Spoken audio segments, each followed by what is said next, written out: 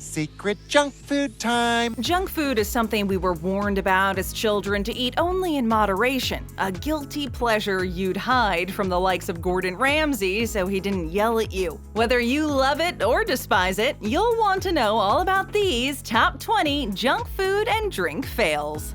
Maxwell House Coffee Fail. Maxwell House? All right! General Foods, the makers of Maxwell House Coffee, had been making millions of dollars selling cans of coffee to people to brew at home. But like many companies who try to wring every last cent out of a market, they got the bright idea to sell already brewed coffee in the refrigerated section of supermarkets. Even though it was refrigerated, customers were expected to heat it up in their microwaves. The trick is to let the coffee warm up to room temperature. I'm already on my second cup. This is my third. However, they had to be careful to pour the coffee into cups to heat up because the coffee came in a foil-lined container. By the time you do all this, your coffee pot would have almost finished brewing. So this product immediately failed. Jimmy Dean's Breakfast on a Stick. Welcome to Wiener on a Stick. One way to describe Jimmy Dean's pancakes and sausage on a stick might be as an enduring failure. The popular sausage maker wanted to expand its reach into the lucrative breakfast market. Breakfast is most important meal of day. Pancakes and sausage are no-brainers when it comes to popular breakfast food, but this doesn't mean you should just throw out a product willy-nilly. Jimmy Dean already sold various combinations of frozen pancakes and sausage that could be heated up and ready to eat in a few minutes. Kids probably like the idea of a corn dog-like breakfast treat that combines a savory sausage wrapped in a pancake, including blueberry and chocolate chip. But what about adults? It seems like breakfast on a stick is encouraging people to eat while they're driving to work. It's green ketchup. Ketchup. Just like my mom puts on her spaghetti, baby. For some reason, Heinz thought it should mess with success. Blastin' Green Ketchup was a promotional tie-in with the first Shrek movie. It's green, so it's nature! When the movie debuted, green ketchup sales were really good, but kids soon lost interest and moved on to something else. Heinz didn't move on, however, and went on to embarrass itself with other strange hues of ketchup, including purple, orange, and blue. Drink Hubba Bubba gum. Oh, Hubba Bubba. Oh, I thought they stopped making this. Hubba Bubba chewing gum was introduced in 1979 by the Wrigley Jr. Company and found itself in intense competition with a similar gum called Bubblicious. Perhaps in an effort to break away from its gum rivals, Wrigley decided to inflict Hubba Bubba soda on an unsuspecting public. A 1988 commercial depicted kids hanging out in a diner enjoying cans of the carbonated pink beverage. But apparently even most kids decided to stick to Coke and Pepsi. All right, give me a Pepsi free. You want a Pepsi, pal? You're gonna pay for it. A diet version of the soda was released, but neither the full sugar or the sugar-free version lasted very long. And by the early 1990s, this strange soda had disappeared like a popping bubble. Say Squeezit. So, squeeze me. This product appeared in the middle of the 1980s and lasted until the early 2000s. It was reintroduced a couple of times in the mid-2000s until General Mills accepted that Squeezit was a failure. Oh God, I'm a failure. Probably the most interesting thing about this product was that each flavor was represented by a different character whose image was sculpted into the plastic bottles. If there are any fans of Squeezit left, they'd probably want to get their hands on some of these now vintage bottles. Clear soda. Gentlemen, I give you Crystal Pepsi. All the great taste of regular Pepsi, but without that troublesome opacity. In 1992, PepsiCo came out with Crystal Pepsi, a transparent version of its soda. There is a theory that contends Coca-Cola, with its introduction of Tab Clear, deliberately released a subpar soda, not to rival Crystal Pepsi, but to sabotage them both. If I'm going down, I'm taking everybody with me. Tab Clear was put out as a direct response to Crystal Pepsi, the original Clear Cola, and both clear sodas ended up paying the price. Leaving out the caramel coloring isn't such a big deal, but customers are used to the traditional color, and all of this back and forth about clear sodas ended up being one big fail. Cosmo Yogurt. Living that #yogurt life. Cosmopolitan is a well-known women's magazine that has a reputation for doling out sex tips to its readers. Somehow, the people at Cosmo got it in their heads in 1999 that selling yogurt would fit into the magazine's mission. Needless to say, the readers did not respond to this new brand of yogurt, and it was discontinued after only 18 months. My life stinks. My favorite mango yogurt got discontinued. Given the overall weirdness of this, it's surprising it lasted even that long. It would have been fun to have been in the room when the editors of Cosmo congratulated themselves on their cleverness when this yogurt got the go-ahead. Another shade of black. How much more black could this be? And the answer is none. In general, Coca-Cola's coffee-flavored cola doesn't sound like the worst idea, and there are a lot of people who like cola and coffee, so why was Coca-Cola Blak such a failure? Coca-Cola blamed its customers when the 2-year run was over, saying that Americans just weren't ready for a product that was ahead of its time. I'm from the future. In 2019, there were reports the soda giant was planning to bring back some form of coffee-flavored cola. Maybe America is ready this time.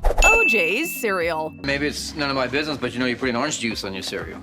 Huh? Kellogg's has made a lot of successful breakfast cereals that millions of kids and adults have enjoyed. For example, Apple Jacks, Fruit Loops, and Raisin Bran are breakfast staples. But in the 1980s, Kellogg's introduced OJ's cereal. This was an orange juice-infused cereal that boasted as much vitamin C as a 4-ounce glass of juice. You need your vitamin C! OJ's cereal even had a memorable mascot named OJ Joe, who was a cowboy who rode an orange and wrangled oranges. For whatever reason, it simply didn't catch on with kids and became another junk food fail.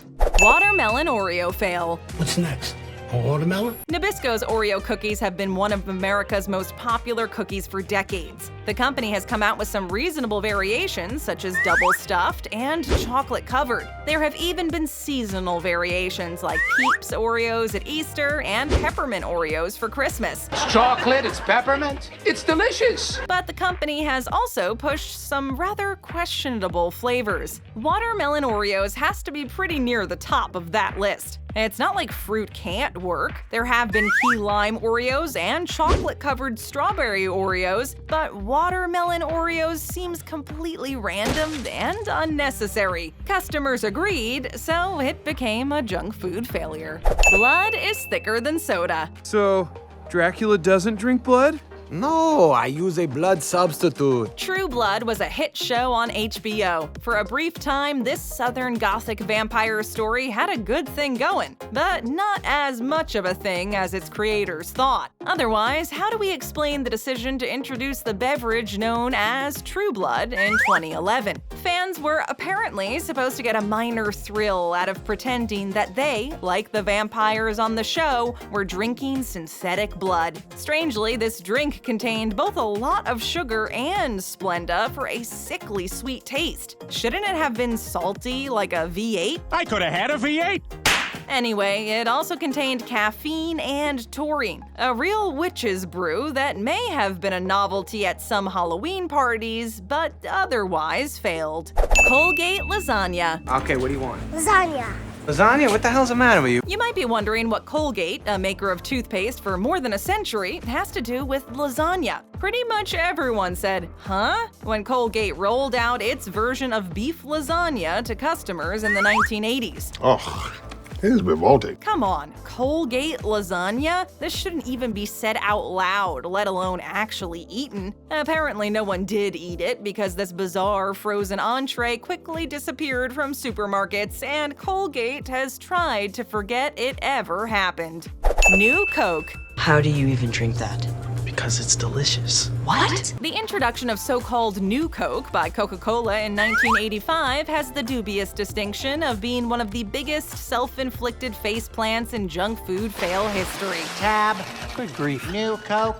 Listen, not right now, 80s robot, please. It was originally billed as the replacement for original Coke. However, customers reacted so negatively to New Coke that within 3 months, the original formula was reintroduced as Coca-Cola Classic. In 1992, New Coke officially became known simply as Coke. Many people who have commented on this debacle explain this unforced error as a misguided attempt to address the company's main competitor, Pepsi. Despite the pain this saga caused the Coca-Cola company in the short term, it actually did achieve the original goal of successfully challenging Pepsi's rise.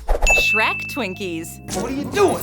Come here, give me my Twinkie! Twinkie the kid with his 10-gallon hat and cowboy boots has long been one of the most popular Hostess mascots. Most fans of Hostess Twinkies think the little sponge cakes with the creamy filling are pretty perfect. Where are you, you spongy yellow delicious bastards? Where are you? However, in the quest to make more money, the company paired with the Shrek movie franchise to come up with Shrek Twinkies. Instead of the pleasantly appealing white filling, Shrek Twinkies are filled with an ogre green filling. These limited edition Twinkies are said to taste the same as the regular version, but not everyone wants to eat slime green filling. Of course, the slime green filling was also tried out on a Ghostbuster Twinkie promotion with similarly disappointing results.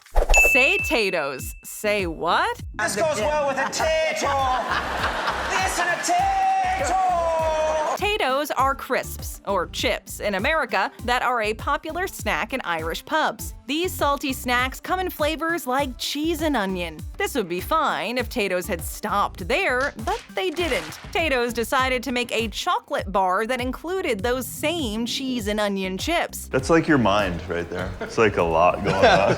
Too much. Chocolate, cheese, and onion does not sound like a winning combination, and the chocolate bar failed in America. However, it has enjoyed some popularity in Ireland. Maybe a cheese and onion chocolate bar doesn't seem so strange after you've had a few pints of Guinness. Some chip and chocolate lovers have described the eating experience as being similar to a Nestle Crunch bar, but saltier.